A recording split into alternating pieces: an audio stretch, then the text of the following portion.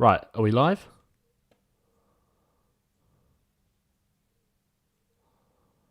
I think we might be. I think this might have worked. Are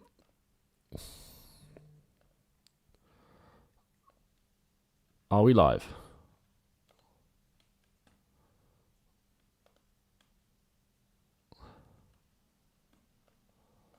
I feel like it's worked. I feel like we're good.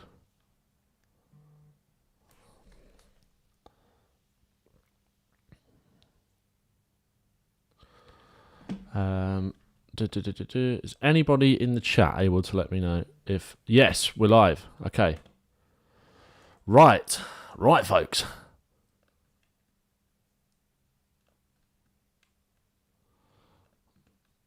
Right, let's just get a tweet out. It is actually working this time.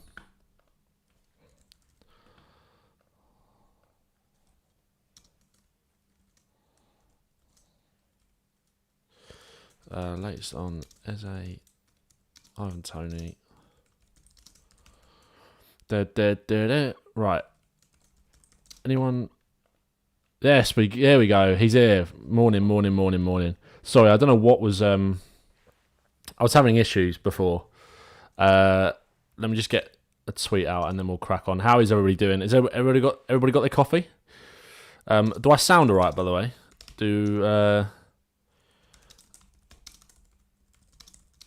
Mikey Moore's new contract. It's actually working this time.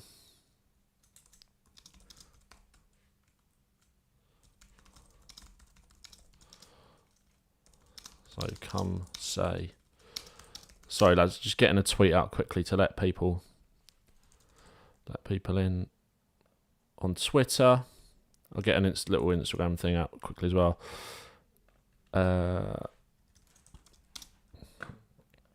Sorry, this is such bad. I'm usually more prepared than this, but we've had a few hiccups this morning with the live. I don't know why it's not been working.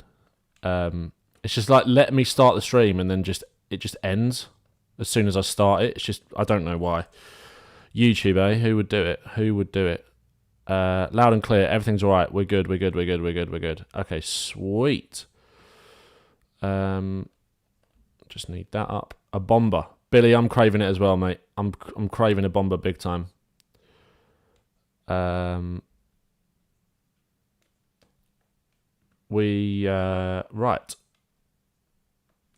Let me just quickly put something out on my Instagram story. I'll be 2 secs and then we can actually chat about it.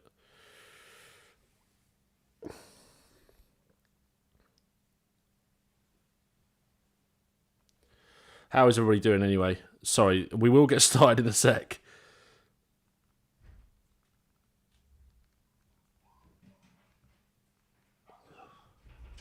Oh, now the dog's going to bark. This has been a very chaotic start to the stream. How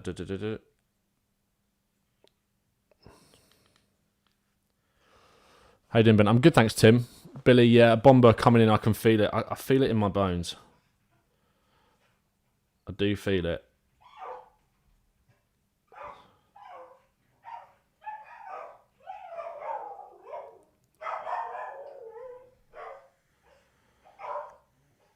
All right, we will start.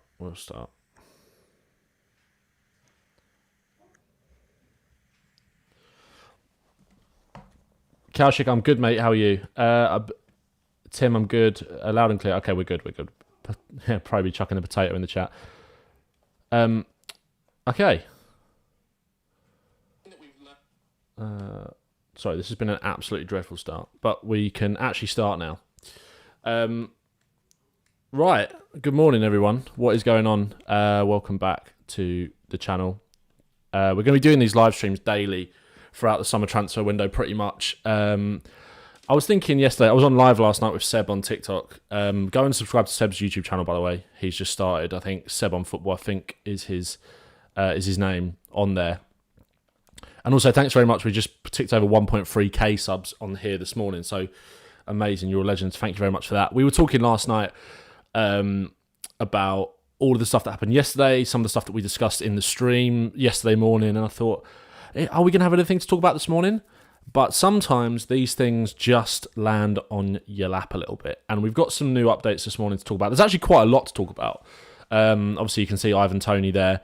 We will talk about Ivan Toney. We'll talk about Eberechi Eze. There's apparently a new contract on the table for Mikey Moore. I want to talk about Will Lancashire because there's been some updates on him as well. I want to talk about Emerson Royale. That saga has felt like it's dragged on for a long time, and now it feels like it's finally reaching its conclusion a little bit. So, yeah, grateful for that. Let's start with Ivan Toney. So, this is coming from TalkSport. Sources close to Ivan Toney are hoping that Tottenham come forward with an offer before the end of the transfer window. Toney is prepared to let his Brentford contract run down if he does not land a big move this summer, which will obviously mean he'll play one more season at Brentford and then leave and join a new club next summer. Which, is that the smartest move for him? He'll be 29. Will he get a massive move next summer going on a free? Obviously, it would just be the wages that a club would have to stump up for, and obviously agent fees. I've always said I feel like there is a chance that Spurs land Ivan Toney near the end of the window. Obviously, there's been rumours that Richarlison could be on his way to Saudi. Again, that's been a rumour that's been going on for quite a while now, and that's kind of reared its head again a little bit. And I do think if Richarlison was to go, I think Toney will be the man that they look at. Again, this isn't necessarily confirming that Spurs have made an offer. Again, there were rumours a few weeks ago that Spurs had kind of distanced themselves from any chat about Ivan Toney from within the club. I'm not sure how much I buy into that. Part of me thinks, and I remember Paul O'Keefe tweeted about this a few weeks ago. For me, with Ivan Toney, it almost feels a little bit like Spurs are just waiting for the price to go down and then they will strike at the end of the window. But also they're going to face competition from someone like West Ham if they do that. So they've got to be careful and not wait too long. So we shall see what happens there. But it's interesting that he's prepared to just sit tight at Brentford. Again, he's got to have a big season. He's got to have a big season if he does that, because otherwise what will the move be for him next summer if he does decide to leave on a free? So that'll be very, very interesting what happens with Toney. Like I said, I've always had this feeling with Toney that Spurs have like I said, Spurs have distanced themselves because of the price, and I think they're just waiting for it to come down a little bit. I think Brentford will maybe look to cash in. Karupa in the chat there. Hello, Ben. Please let's be focusing on signing Eze and Toney. Well, let's move on to Eberechi Eze then, because again, there was an update yesterday after we spoke. Hang on a minute, it's got the wrong tabs up here. Oh, nothing's quite going to plan this morning. Tab. Here we go. Nothing. Where is it? Here we go. Again, from Last Word on Spurs. Again, this is coming from TalkSport. Again,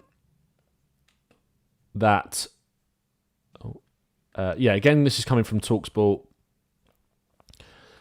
Tottenham's interest in Eberechi Eze is more advanced than Manchester City's this summer. Spurs need to sell players before they can advance, while Man City's move depends on the future of Kevin De Bruyne. Now, obviously, we know that Kevin De Bruyne isn't leaving. We spoke about that in the stream yesterday. Pep Guardiola came out and said that he's not going anywhere. He'll be at City next season. I wasn't massively convinced that De Bruyne was going to leave, so I wasn't massively worried about it. Again, I don't see Eze as a De Bruyne replacement. Again, De Bruyne is... We talked about this yesterday in the stream. The one in terms of obviously there's a drop down in quality. I love Eberechi Eze, but De Bruyne is one of the best midfielders we've ever seen in the Premier League. But they're also just not very similar, so I'm not quite sure why he'd be targeted as a De Bruyne replacement. Again, it's hard to replace the irreplaceable, right? So I guess they're just looking at getting an attacking midfielder in who can be versatile and play kind of all across that front four or front five that City kind of play with at times. So yeah. The De Bruyne replacement thing, I'm not too sure about, but Spurs' interest in Eze is more advanced. It does feel a little bit like something's changed with Eze, and that Palace fans are almost bracing themselves more now for him to leave than they possibly were before. And I think that is also evidenced in the fact that Crystal Palace have offered €14 million plus €1 million add-ons to Olympique Marseille for Ismaila Sarr. Now, this is Ismaila Sarr, who was at Watford before. Understand the deal includes a sell-on clause for Olympique Marseille on future sale. Sarr already almost agreed on a 5-year deal with Palace. Does that mean that they are bracing for someone like Eze to leave? Because there have been links to Smith Rowe in the last few weeks. There's been links to, obviously, Ismail Assar. There's been links to Marcus Edwards. There's been links to a lot of attacking players for Crystal Palace. Obviously, they need to replace Elise as well. They've obviously brought in Kamada, who maybe is more of a Eze replacement than someone like Edwards would be, 100%. Does it feel like they're bracing themselves for him to potentially leave? Robert in the chat, Eze is much younger than KDB, so that will be part of the attraction for City. Yeah, 100%, of course. Kate, we need to get our finger out with transfers for Toney and Eze. Yeah, we do need to move quick. I understand the frustration now. We could talk about that a little bit more later. Going back to Toney, Jack Lane says, I'm pretty confident that West Ham aren't a big step up in his eyes. I mean, it's a step up from Brentford, but it's not. Is it the massive club that he wants to sign for? We shall see. Let's talk about this. Obviously, the fact that Spurs need to sell players before they can advance. I'm not sure whether that's a financial thing, but again, with a deal like this, it's so complicated because obviously Crystal Palace want a lot of money up front for Eberechi Eze because he's got that release clause in his contract. So, is it just a case of Spurs kind of getting a few more sales across the line that they can put towards this? Spurs have got the money, but do they just need that little bit of an extra help to go big on Eze in the first instance? Because that release clause is going to, is a hefty amount of money. So, yeah. And also I think we need to move players on just in terms of that squad, that's kind of squad building and squad balance as well, for sure. Maybe in those attacking areas, maybe they see that they need to get rid of someone like Brian Hill or Manor Solomon before they can bring someone like Eze in, just for the balance of the squad, I guess. We shall see. But yeah, let me know your thoughts in the chat on this. Do you think? I'm going to put a poll in the chat now. Will Spurs sign Eberechi Eze this summer? Yes or no? While we do that, guys, I'm very, very close to 25k followers on TikTok. It would mean a lot to me if we could get there today, hopefully, potentially, maybe. I think we're just under like 40 or 50 away. So we're very, very close. If you could go over there, the link's in the description, the link's in my bio. I'm sure a lot of you, to be fair, who are watching this in the stream right now, already follow me anyway. But that would be massively appreciated if you fancy dropping me a follow over there, because we could hit 25k today. But yeah, let's read the results of this poll then. Kate there says, one of the richest clubs, 7th in Europe. Yeah, I know it's frustrating. It's just not how Spurs work. We know this. We just won't spend massive money on these players. It's really frustrating. But on the contrary to that, there was this bit of news. Again, how reliable these sources are, I don't know. Coming from Football Insider, that Tottenham have a huge budget set aside for big money transfers in the remainder of the summer window. Eberechi Eze remains a key target whilst the club are in daily contact with Jonathan David. I saw today that West Ham have pulled out of a deal to sign Jonathan David because they were happy to pay the fee, which I believe was only something like 30 million euros up front, or 30 million euros total. But apparently it was like 10 million euros in agent fees or something like that, which is obviously crazy. So it seems like they've pulled out of the deal. So that potentially gives Spurs a clear run at Eze, or David, sorry, maybe. I spoke about this in a striker video that I did a few weeks ago. Like, I may be a bit more sold on David than some other players, some other fans, sorry, but I do kind of feel like the whole thing with Jonathan David this whole time is like, why has he not moved yet? That's a bit of a red flag to me. Like, there's been interest in him for so long from so many other players, so many other clubs. Sorry, I can't get my words out this morning. So many other clubs. Why has he not moved? Like, why has he not gone yet? And it feels like they're quite happy to let him go. Maybe it's just because of the money side of it. Obviously, they've already sold Lenny Yoro, Lille, so apparently they're quite happy to get money for Yoro and David. Robert there in the chat, not sure what we see in David other than his youth.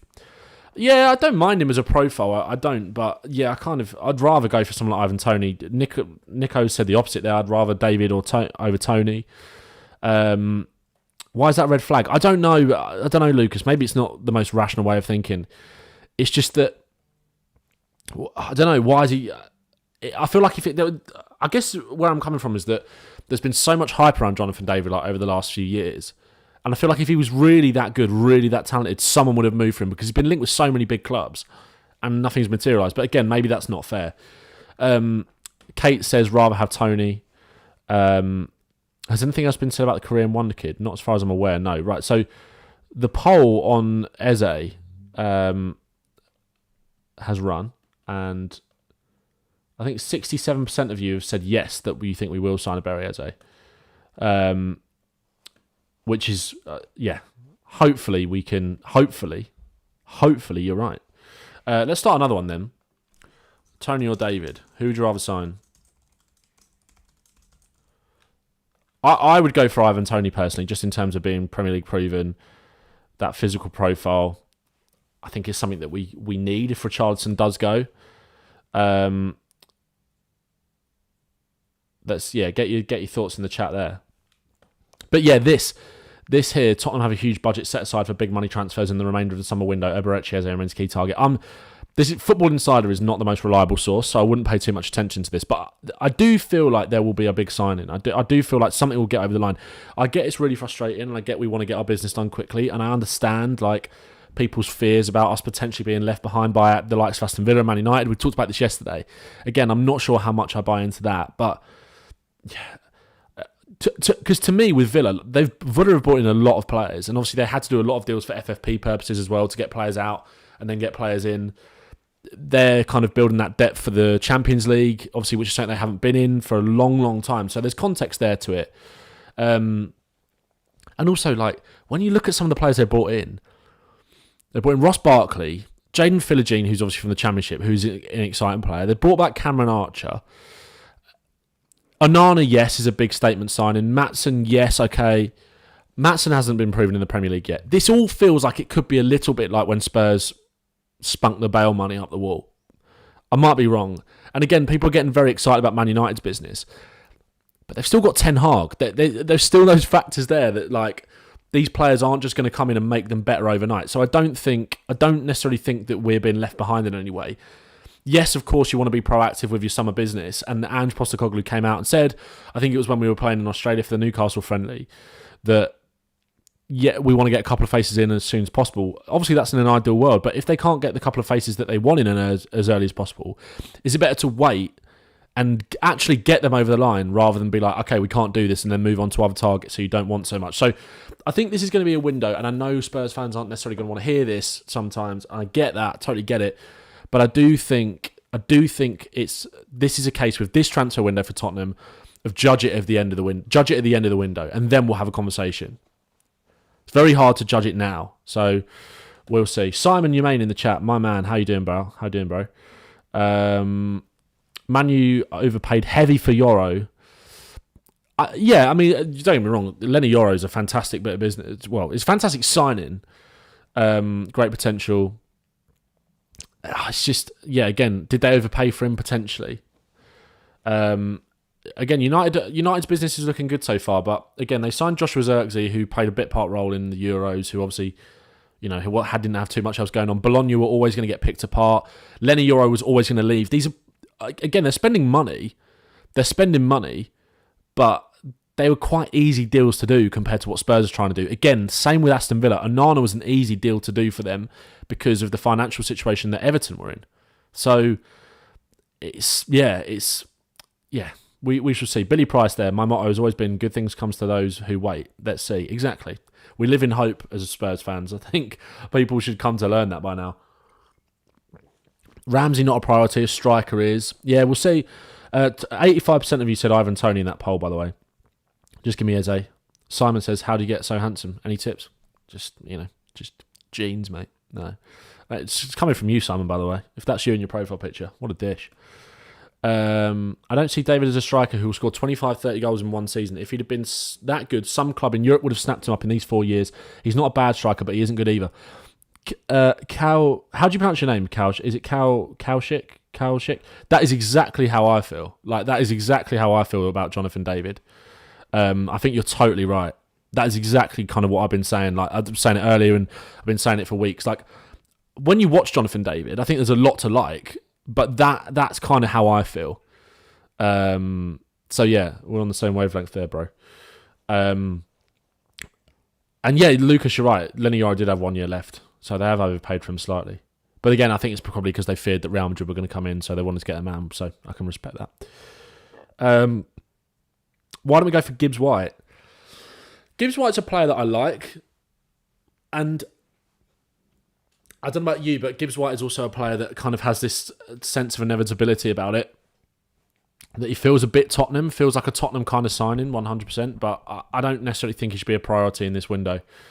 I think Ramsey is a better fit for the way we play, but again, is that going to happen? That's all gone a bit quiet again. Whether it was just rehashed rumours or not, I don't know. We shall see about that. But let's move on. Before we do that, let's have a look at the chat. I think we're going for Sula. Is it Leicester? He seems like he's going to Leicester, right? Thoughts on all of our young goalkeepers, e.g. Austin, Whiteman, Kelly, Gunter. I was really impressed with, Josh Keeley. Luca Gunter and Brandon Austin have been really impressive in pre-season. Gunter in the second half of the QPR game. Brandon Austin has played both first halves. Looked really good. Alfie Whiteman played the second half against Hearts. Obviously conceded the goal, but couldn't really do anything about that. And Josh Keeley, I don't think we've seen any of Josh Keeley, right? But yeah, I think Brandon Austin will probably be the backup goalkeeper for Spurs this season. Richie is better than David. I think I agree with that. Do you see Jacob Ramsey as an unnecessary piece of business? No, not unnecessary if we can replace him with Lo Celso, or vice versa, sorry. Who do you think are the front runners for the title next season? Can City really do it 5th season in a row? Someone, Bardi, tweeted this out just before I came on. Feels a bit Leicester this season, doesn't it? Feels a little bit like a couple of big teams are like in a bit of a rebuild. Don't make me say it, but there's a real opportunity for Arsenal again. But if they don't do it, who's going to do it? Tottenham? Crystal Palace? Who knows? Do you think Kulusevski's going to Napoli? We can talk about that. We talked about it yesterday, but we can talk about that in a bit. Artem Dovbyk is the striker for me. Interesting shout. Didn't really impress me at the Euros, but... Jonathan Davies is not the statement signing we need. Toney, Eze, Doue, or it's a failed transfer window. Doue's not coming. We can talk about Doue in a little bit. My guess is that Anne just signed off on both Toney and Solanke, and the club trying to sort which one to get. Interesting shout there from you, Robert. Let's talk about Brian Hilver. Actually, let's talk about this. Spurs have landed in Tokyo, and they're bloody taking over. Look at that little cool little thing there. I want to talk about this actually before we move on to more transfer stuff. This tweet really irritated me. So speaking of Spurs in Tokyo, hopefully this just doesn't get done for copyright for using Spurs' video. So this was a training drill of Spurs creating those overloads on the wings, low cross into the box, and finish like that. This guy here, Paul E2 Spurs, right? Don't know who he is. I speak my mind because I care more than you do. Don't like it? Mute or block me. Probably a wise idea. There's that one and only tactic Ange uses all game. Every game, get it wide and smack it across the goal. That's all Ange ball is. Fucking shit. Didn't realise Spurs were the only team in the world to score goals from cutbacks and low crosses, but just odd.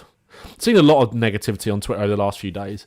Like, apparently Ange is going to get sacked by November and all this kind of stuff. Like, Christ, guys. Like, come on. Gary Becks, how you doing, pal? Where does this believe Spurs need a statement signing come from? Don't know. I just feel like it would just be nice, wouldn't it? Paulie 2 is always miserable. I've never seen this guy before, but that, like, if you score, we score a lot of goals like playing like that, right? Like, what's more important, scoring goals and winning games, or I don't know, just weird. Let's move on anyway. What was this? Oh, Mikey Moore. Right, okay. This is interesting. Again, Footy Insider is not the most reliable source. But apparently Spurs are now close to agreeing a new long-term deal with teenage sensation Mikey Moore. Moore has been included in Spurs' squad for the pre-season tour of Japan and Korea. Again, take it with a pinch of salt a little bit because of the source, but this would not surprise me if Spurs were trying to do this. Obviously, Mikey Moore signed a contract last year, but it doesn't turn professional until August, which is when his birthday is. Obviously, there's this fear that we could potentially lose him over the next few weeks, although I don't think that is going to happen, which is a relief. And I do feel like there was a rush with Mikey to integrate him as soon as possible because there was this fear of potentially losing him. So it would not surprise me if they were trying to sign him down to a big new contract on top of the one that he's already signed last year. So keep an eye out for this. This will be very interesting if they do it. So yeah, instead of signing young wingers, we should give more minutes. We should give more some minutes this season. He could learn a lot from our senior players. Yeah, I agree. I do think that there's been like I said, I think there's been a rush to integrate him because they know that they've got. Again, don't get it twisted, right? Like, I'm not saying that he's Jude Bellingham. I'm not saying that, but maybe Spurs feel like they've got a Bellingham kind of situation on their hands, where it's like this kid at 16 is the next big thing, or kind of along those lines. Again, I'm not saying he's going to get that high, but the potential there is crazy. So obviously Spurs, I think, will do everything they can to try and keep him at the club, and if that's making him sign a big new deal, then that's making him sign a big new deal, which is great for everyone. Signing Doue will kill Moore's game time. Let's just quickly touch on Desiree Doue, because I think we can put that in the coffin to bed, unfortunately. Florian Plettenberg yesterday. Does this guy ever want us to get any good news, Plettenberg? Any good news ever? Bayern have submitted a second offer for Desiree Doue in the last few hours. They want to close the deal very soon. This was yesterday. And then, where was the other tweet I wanted to show on that? Doue. I'm not sure I got it here, actually. Don't know where it was. It was Fabrizio Romano basically said the same thing, and apparently PSG, like, it's an open race between PSG and Barcelona. So Bayern Munich. So yeah, it doesn't feel like that's happening. Cows. Someone in the chat there. Let's talk about this. Nico, I want Lancashire to get many minutes next season and maybe even start some games. Funny you should say that. I don't know where Paul O'Keefe said this. I was trying to find the original tweet. This has been translated from... Is this a Spanish Spurs account? They'll leave you out anyway. Portuguese. Will Lancashire has impressed, and there is a chance he will get opportunities in the team throughout the season. Spurs love him, and they love the young striker's attitude. He seems willing to always look for ways to improve, which is great. I saw another version of this tweet. I couldn't find it. That was like, apparently he's always asking the staff and all that how he can improve, which is great. And I do feel like, again, with him going on the tour, I think that was a big thing for him and for Spurs. So yeah, I do think there's a world in which Will Lancashire is around at Spurs next season, and they maybe let Veliz and Scarlett go out on loan. Couple of things about Doue there. Also, make sure to subscribe in the chat for anyone that's not in the chat, by the way. And also follow me on TikTok as well. Very, very close to 25k. We are not getting Doue, says Kate. Yeah, I just said, yeah, kind of agreed. Just said that. I don't think that's going to happen. Not too bothered about Doue. Seems wicked, but realistically, one of the massive clubs are always going to be in for him. Yeah, Jack, I kind of agree. Like, it's hard to be that disappointed about it, even though it would have been an amazing signing. I suppose it'd be a little bit like if City signed Eze as well, right? Negativity can do one. I for sure cannot wait for the season. If you get stuck behind fears of not doing well, you might as well watch EastEnders to cheer yourself up. Love that, Clive. Gary Beck says, Neto, Gyökeres or David, and one more would surely be a statement enough. Romero has a new contract on the table, apparently. Lovely. I hope you're right. But yeah, I kind of agree. Like, I don't think Spurs need to go out and sign £100 million player. But obviously the players that you've named there, I would class those as statements, to be honest. Lancashire has a lot of Kane about him, biggest being his willingness to graft and improve. Gary, I agree. I think it's more... Obviously, you can see elements of Kane's game in him a little bit. Not so much maybe with the playmaking. Because Kane, again, like when Kane was Will Lancashire's age, he was brought through more as a 10, wasn't he, really, than a proper striker. And obviously that's kind of been evident in Kane's game over the last 5 years especially. But I think you're right. I think it's more in his attitude. And one thing I love about Will Lancashire is how hard he grafts on the pitch as well as off it. Like, I spoke about this in the stream that we did after the QPR game. And again, if you enjoyed those streams, there's going to be a stream after every pre-season game just kind of breaking down it from a more of a tactical perspective and what we did well, what we learned, etc. So there'll be one on Saturday or Sunday after the Vissel Kobe game. And I think Lancashire's off the ball work and his work with his back to goal as well is something that's been really, really impressive.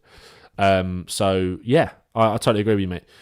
If we sell Richie and buy Toney, if he places one bet, we have to rely on Lancashire for a year. I mean, I'm not too worried about that if we sign Toney, to be honest. I kind of feel like it's in the past. Iago Santiago is so good for under 21s. I don't know why he's not getting a look in. There's obviously something there because he's not gone on the tour, I don't think. And obviously he's been, I'm not sure what's going on with Santiago. But Forces, thank you very much, bro. I appreciate that, man. Let's talk about Emerson Royale quickly. Feels like that's getting closer to him leaving, which is good. Even though he obviously has gone on the tour, Reguilon and Hill have obviously been left behind to sort out moves, and obviously there's been some more updates on Brian Hill. I can't do this again, not Sevilla again, man. Sevilla have made an offer to bring back Brian Hill to the club, which are loan with, I think we talked about this yesterday, actually. Hill with a loan with an option to buy. Please, just Spurs, can we just sell him? We've talked about that. We've talked about this. We've talked about Mikey Moore. Quickly as well, Lucas Bergvall. Lucas Bergvall is straight back in Tottenham training despite coming off from an injury in the first half of Saturday's friendly against QPR. I can't actually... Oh, he's there. I was going to say I couldn't actually see him in the picture, but he is there. AC Milan keep edging us. Yeah, they do. They do indeed. So Bergvall's back. Obviously, Ange come out and said after the game that he wasn't that worried about Bergvall. It wasn't too serious. Alistair Gold said that he heard something similar, but obviously he's back in training, which is great. This was an interesting one. Ipswich are set to make an offer for Jack Clark, who's valued at around £25 million. Tottenham hold a 40% sell-on clause from his South Sunderland, so that could be a nice little bit of money in the transfer kitty, which is good as well. Let's talk about Vuter Burger. There's a lot of people in the chat talking about Vuter Burger, but I can't find the tab that I had for Vuter Burger. Let's just put his name into Twitter. It was on Spurs RTK Hub, wasn't it?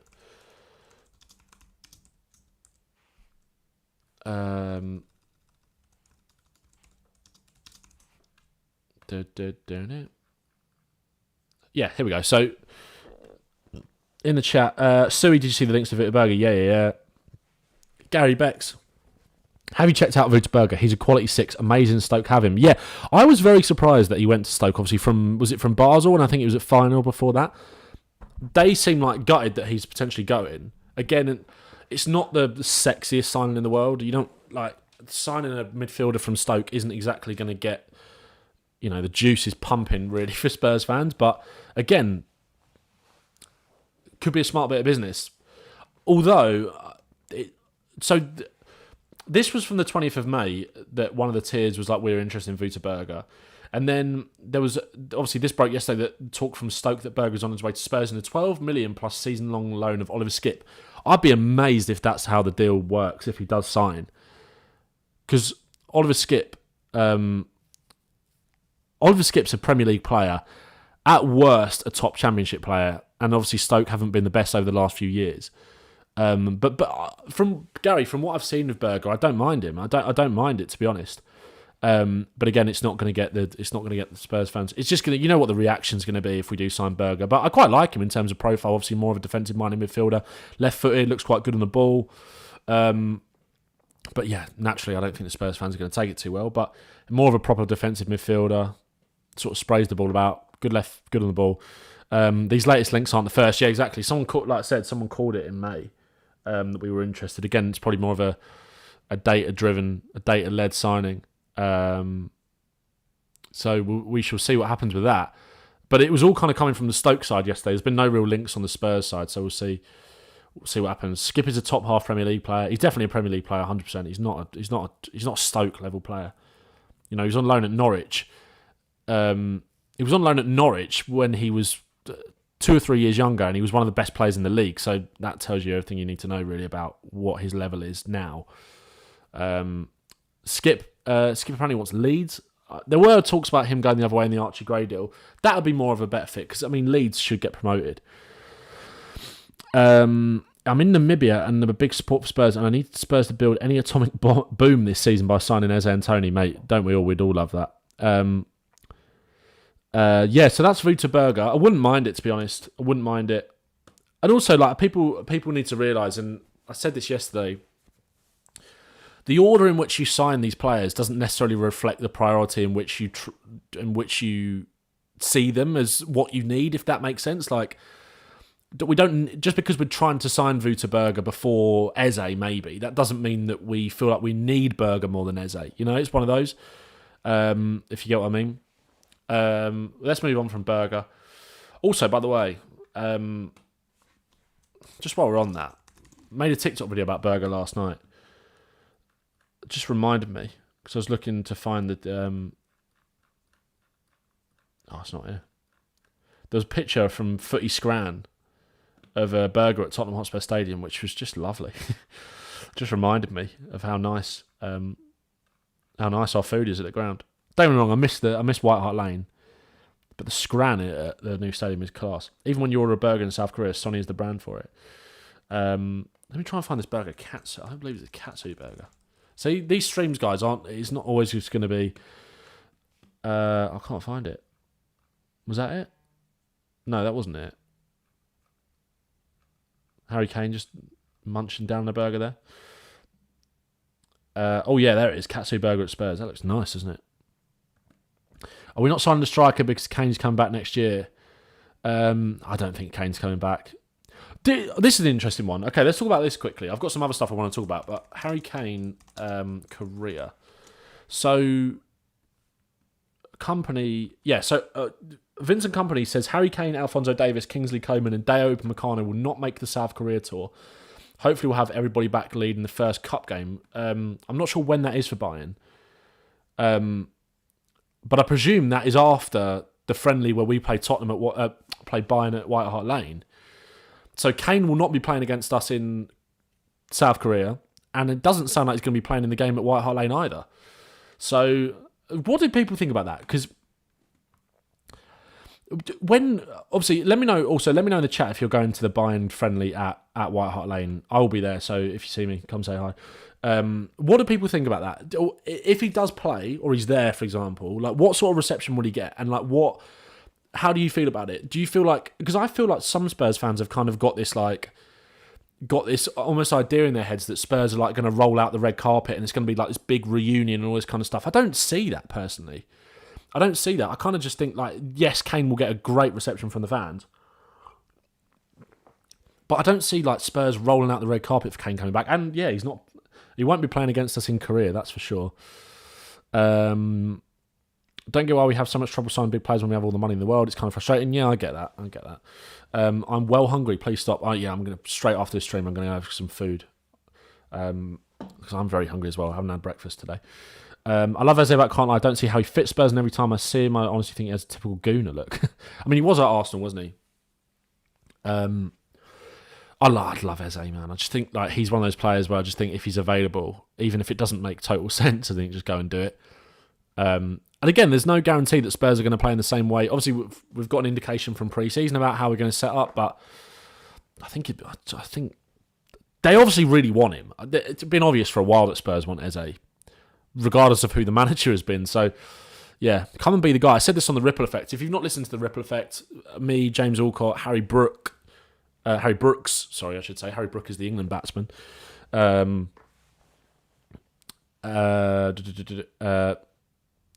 What was I saying? Oh, yeah, we're talking about Eze and we're talking about Eze going to Man City potentially. It's like, come and be the guy, Come and be the guy at Tottenham. At City, you go in there and be assistant player. Not sure how great it is for him. But go and listen to the Ripple Effect. There's 2 episodes out.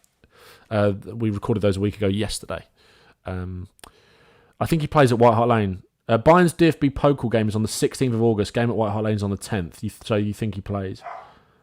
Yeah. Potentially, yeah.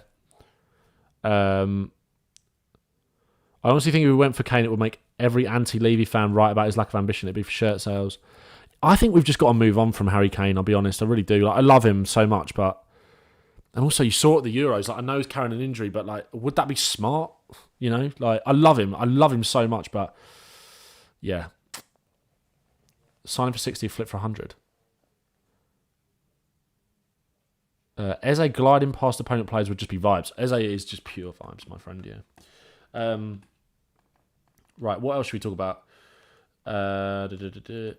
Let's talk about Ben Davies. Actually, let's talk about this quickly first. Dane Kulusevski, there were some more links about him and Napoli yesterday.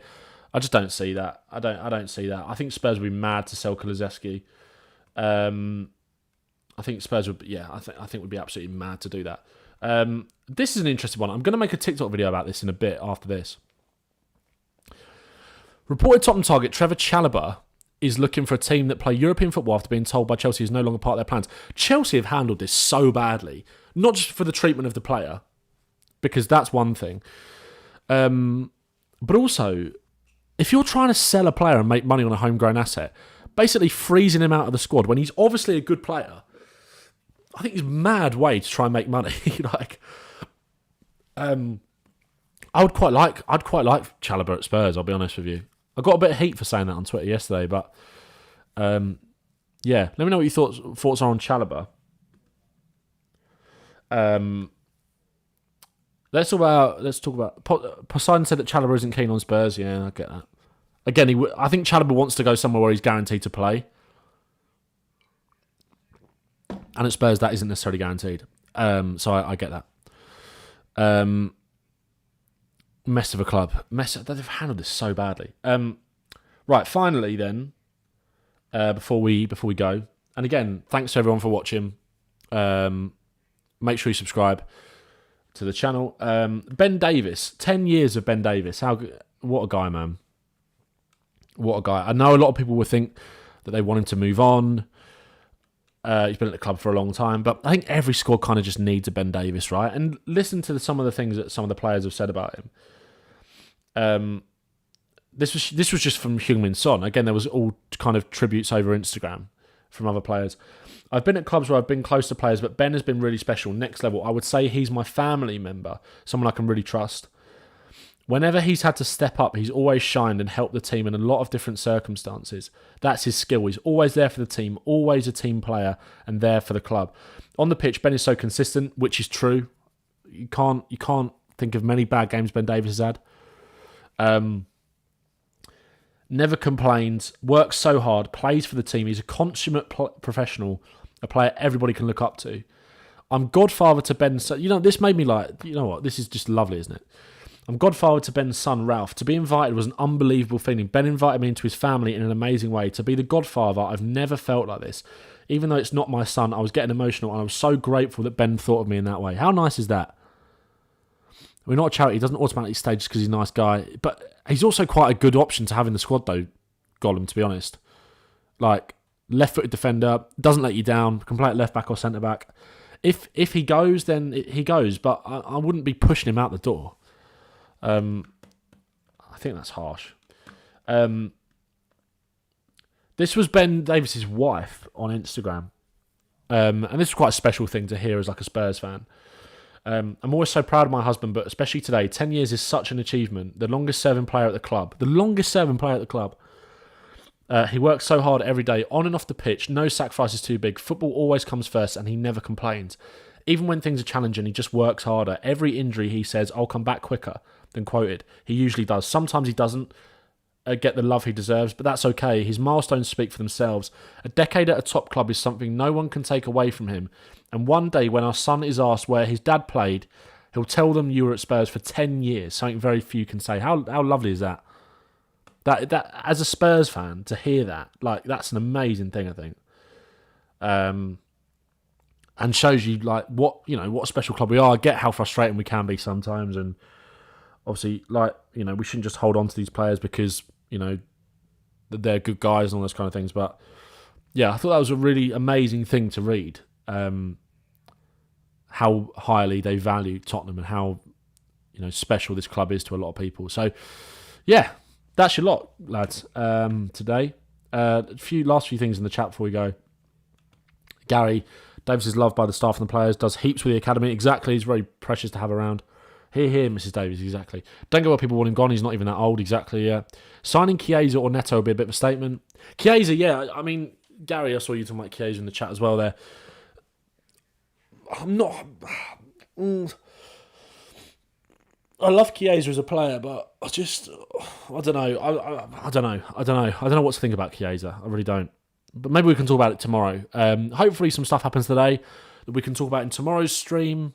Thank you very much, everyone, for watching. Massively appreciate all your love and support. Honestly, this last week has been a bit crazy for me, to be honest. Like, Twitter, and I want to shout out someone. I don't know if he's still in the chat, but this... Simon, what a guy, by the way. This guy, an absolute G. We talk quite a lot. Absolute legend. He gave me a little shout out on Twitter the other day. And it's bumped me up to like 2.1k followers. So go and get involved on Twitter. I'm sure a lot of you follow me on Twitter. I'm sure that's probably a lot where you found me. And also, if you guys wouldn't mind, I am very, very close to 25k followers on TikTok. Oh God, hang on. Maybe we've hit it already. Who knows? But I don't think so. No, we haven't. If you guys wouldn't mind going and follow me on TikTok, very, very close to 25k, that'd be amazing. If you also wouldn't mind going and following the second channel on TikTok, where I'm posting a lot of my clips, like from YouTube and stuff on there, that would be massively appreciated. I just realised I wasn't even showing the screen. This is my second account. That's my second account. So if you wouldn't mind going and giving a follow over there. I just realised you were just looking at me the whole time. And this is my main. If you want to go and follow me, go and drop a follow. Very close to 25k on there. Appreciate all the love and support. Very, very close as well to 1.5k on YouTube. Getting there. Appreciate all the love and support from you guys. You've been amazing to me. So thanks very much. Go and enjoy your lunch. As Ange Postecoglou